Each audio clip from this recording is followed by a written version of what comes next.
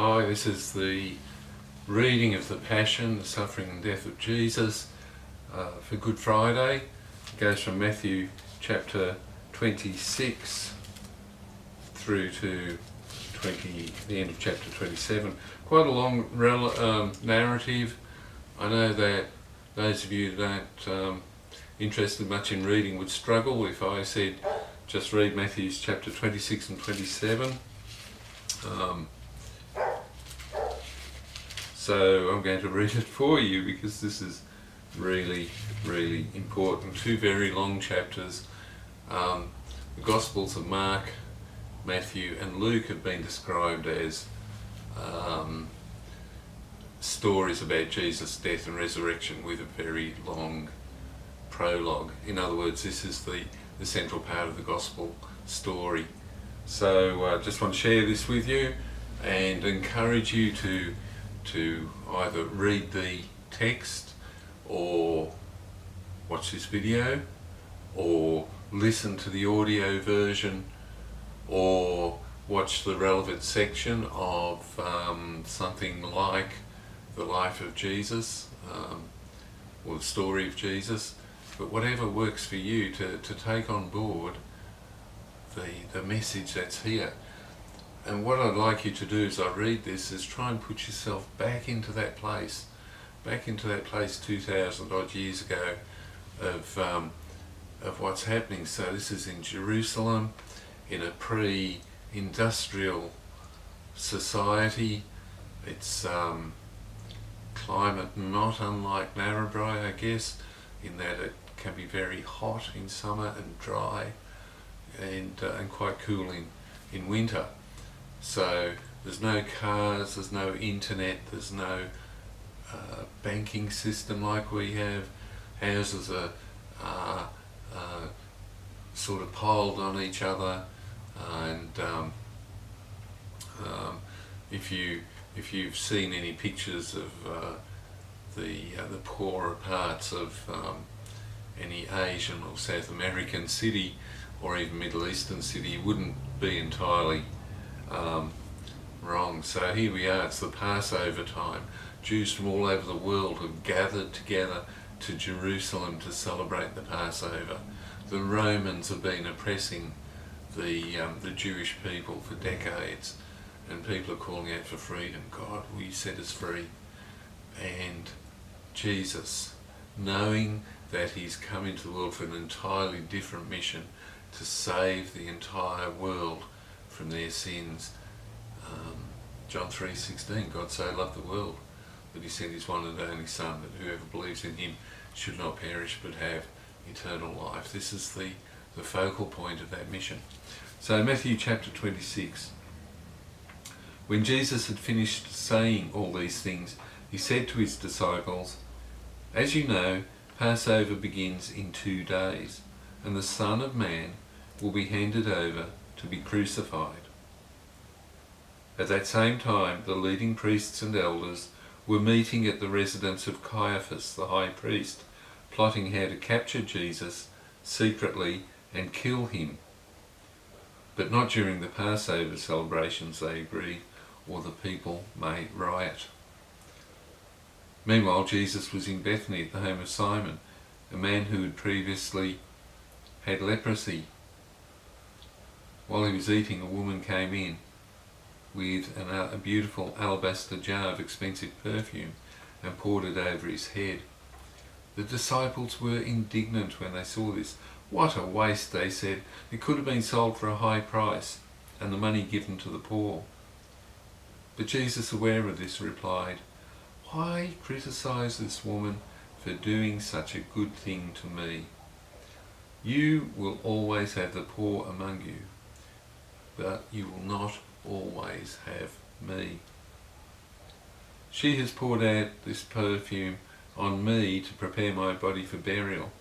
I tell you the truth, wherever the good news is preached throughout the world, this woman's deed will be remembered and discussed." Then Judas Iscariot, one of the 12 disciples, went to the leading priests and asked, "How much will you pay me to betray Jesus to you?" and they gave him 30 pieces of silver. From that time on, Judas began looking for an opportunity to betray Jesus. On the first day of the festival of unleavened bread, the disciples came to Jesus and asked, "Where do you want us to prepare the Passover meal for you?" "As you go into the city," he told them, "you will see a certain man. Tell him, 'The teacher says, my time has come, and I will eat the Passover meal with my disciples at your house.'" And so the disciples did as Jesus said, and prepared the Passover meal there. When it was evening, Jesus sat down at the table with the 12 disciples. While they were eating, he said, "I tell you the truth, one of you will betray me." Greatly distraught, each one asked in turn, "Am I the one, Lord?"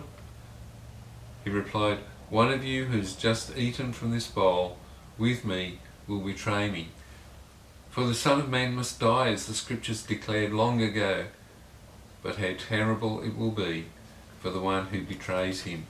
It would be far better for that man if he had never been born. Judas, the one who would betray him, also asked, "Rabbi, am I the one?" Jesus told him, "You have said it." As they were eating, Jesus took some bread and blessed it. Then he broke it in pieces and gave it to the disciples, saying, "Take this and eat, for this is my body." And he took a cup of wine and gave thanks to God for it. He gave it to them and said, "Each of you drink from it, for this is my blood which confirms the covenant between God and his people. It is poured out as a sacrifice to forgive the sins of many. Mark my words, I will not drink wine again until that day I drink it new with you in my Father's kingdom." Then they sang a hymn and went out to the Mount of Olives. On the way, Jesus told them, "Tonight all of you will desert me, for the Scriptures say, God will strike the shepherd, and the sheep of the flock will be scattered. But after I've been raised from the dead, I will go ahead of you to Galilee and meet you there." Peter declared, "Even if everyone else deserts you, Lord, I will never desert you." Jesus replied, "I tell you the truth, Peter. This very night, before the rooster crows, you will deny 3 times that you even know me." "No," Peter insisted. "Even if I have to die with you, I will never deny you." And all the other disciples vowed the same. Then Jesus went with them to the olive grove called Gethsemane, and he said, "Sit here while I go over there to pray." He took Peter and Zebedee's 2 sons, James and John, and he became anguished and distressed. He told them, "My soul is crushed with grief to the point of death. Stay here and keep watch with me." He went on a little farther and bowed with his face to the ground, praying, "My Father, if it is possible, let this cup of suffering be taken away from me. Yet I want your will to be done, not mine." Then he returned to the disciples and found them asleep. He said to Peter, "Couldn't you watch with me even 1 hour? Keep watch and pray, so that you will not give in to temptation. The spirit is willing, but the body is weak."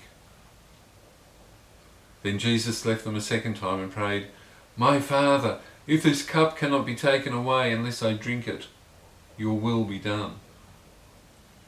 When he returned to them again, he found them sleeping, for they couldn't keep their eyes open. So he went to pray a third time, saying the same things again. Then he came to the disciples and said, "Go ahead and sleep, have your rest. But look, the time has come. The Son of Man is betrayed into the hands of sinners. Up, let's be going. Look, my betrayer is here." And even as Jesus said this, Judas, one of the 12 disciples, arrived with a crowd of men armed with swords and clubs. They had been sent by the leading priests and the elders of the people. The traitor, Judas, had given them a prearranged signal. You will know which one to arrest when I greet him with a kiss. So Judas came straight to Jesus. Greetings, Rabbi, he exclaimed, and gave him the kiss. Jesus said, my friend, go ahead and do what you've come for. Then the others grabbed Jesus and arrested him, but one of the men with Jesus pulled out his sword and struck the high priest's slave, slashing off his ear. Put away your sword, Jesus told him. Those who use the sword will die by the sword. Don't you realize that I could ask my Father for thousands of angels to protect us, and he would send them instantly?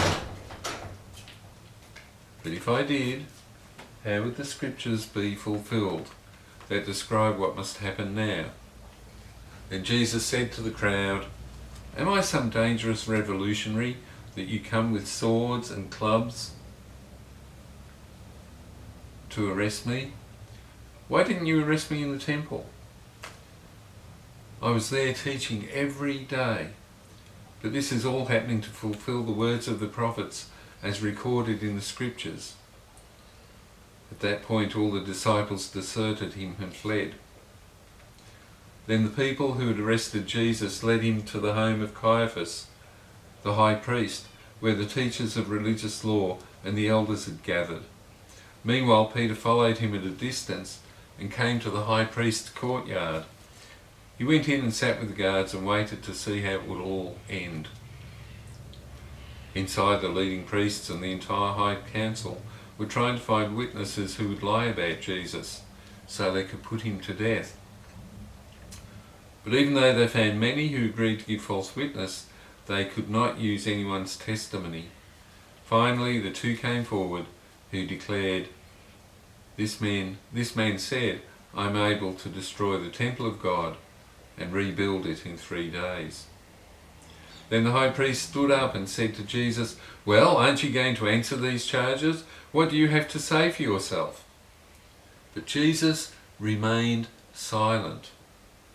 Then the high priest said to him, I demand in the name of the living God, tell us if you are the Messiah, the Son of God.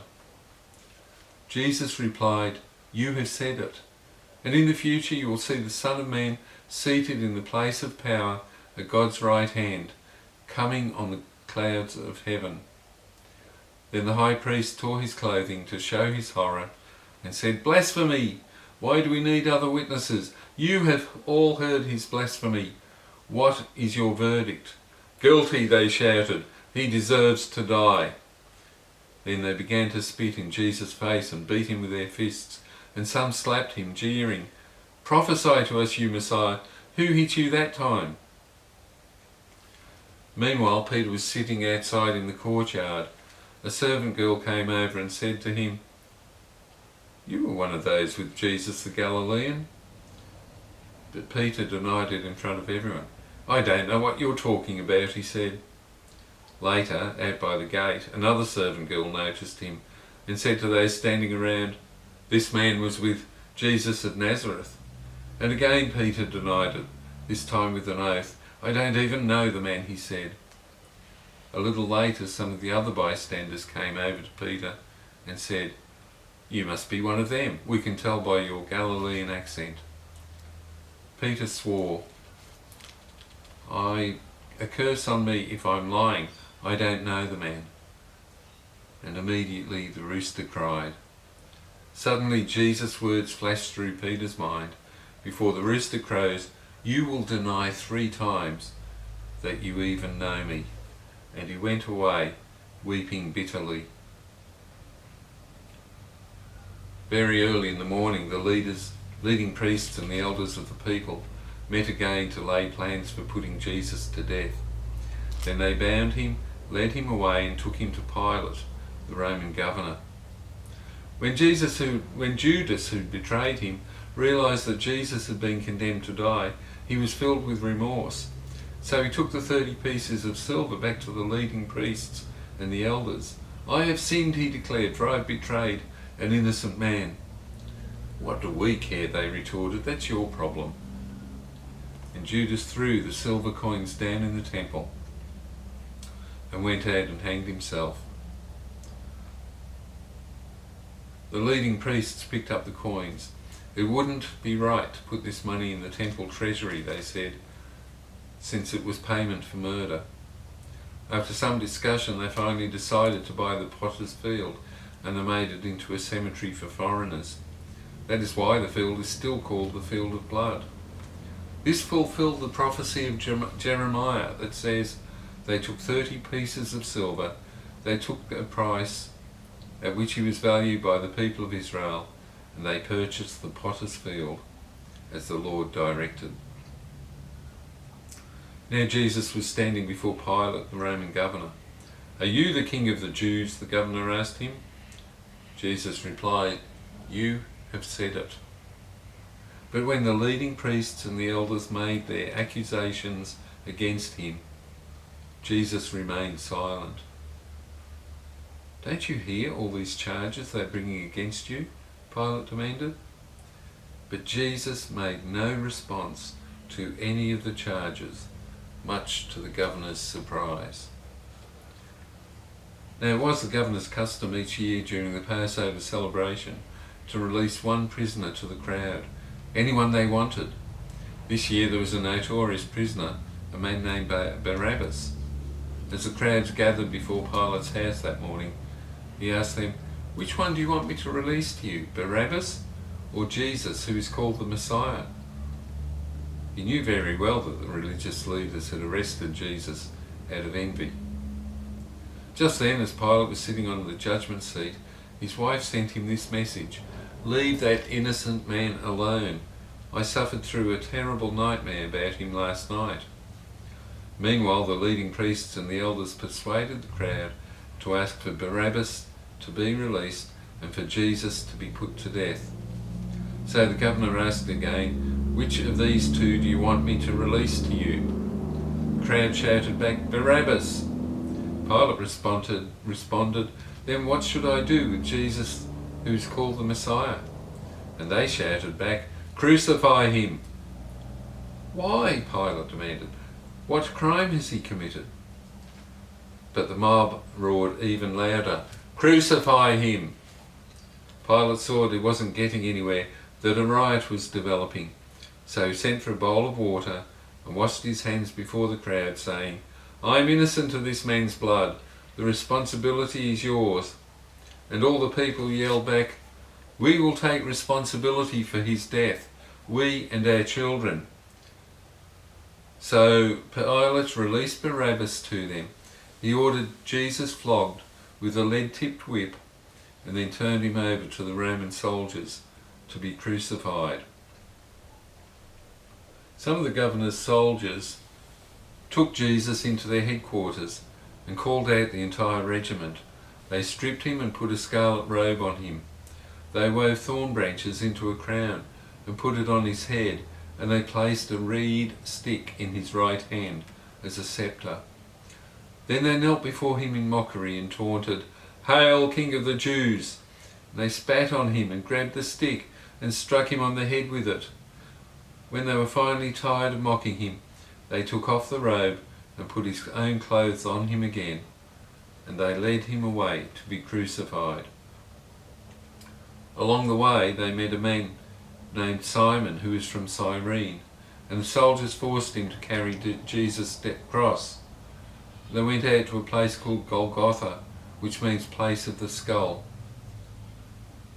The soldiers gave him wine mixed with bitter gall, but when he tasted it, he refused to drink it. After they nailed him to the cross, the soldiers gambled for his clothes by throwing dice. Then they sat around and kept guard as he hung there. The sign was fastened above Jesus' head, announcing the charge against him. It read, "This is Jesus, the King of the Jews." 2 revolutionaries were crucified with him, one on his right and one on his left. The people passing by shouted abuse, shaking their heads in mockery. "Look at you now," they yelled at him. "You said you were going to destroy the temple and rebuild it in 3 days. Well then, if you are the Son of God, save yourself and come down from the cross." The leading priests, the teachers of religious law, and the elders also mocked Jesus. He saved others, they scoffed, but he can't save himself. So he's the King of Israel, is he? Let him come down from the cross right now and we'll believe in him. He trusted God, so let God rescue him if he wants him. But he said, I am the Son of God.